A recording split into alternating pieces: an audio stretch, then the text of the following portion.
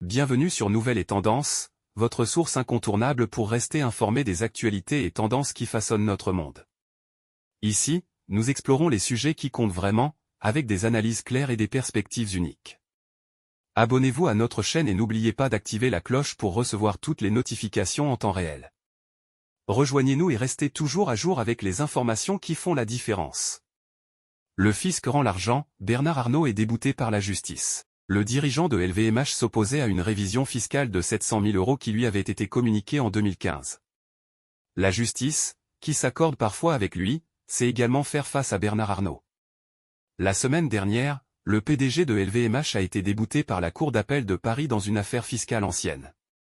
Elle a également condamné le plus riche homme français à payer 3 000 € de frais de procédure. Ce jeudi, Capital a révélé cette information. L'affaire a lieu en 2012. Bernard Arnault a été contraint de verser 13,4 millions d'euros d'impôts cette année-là, mais a contesté une partie, soit 711 003 €. Le magnate du luxe, dont la fortune actuelle est évaluée par Forbes à plus de 140 milliards de dollars, semble être du genre à faire des affaires. Selon Capital, le montant de 711 003 représente une indemnisation notifiée à Bernard Arnault en 2015. Selon le fisc, le grand patron avait commis une erreur dans le calcul d'un impôt transitoire dont il était tenu, la contribution exceptionnelle sur la fortune. Elle était évaluée à 5,8 millions d'euros par le haut contribuable, en plus de ses 2,3 millions d'euros d'impôt sur la fortune. Elle aurait dû atteindre environ 6,5 millions d'euros pour les services du ministère des Finances. C'est cette divergence qui est à l'origine du procès en cours. Aucun poids excessif.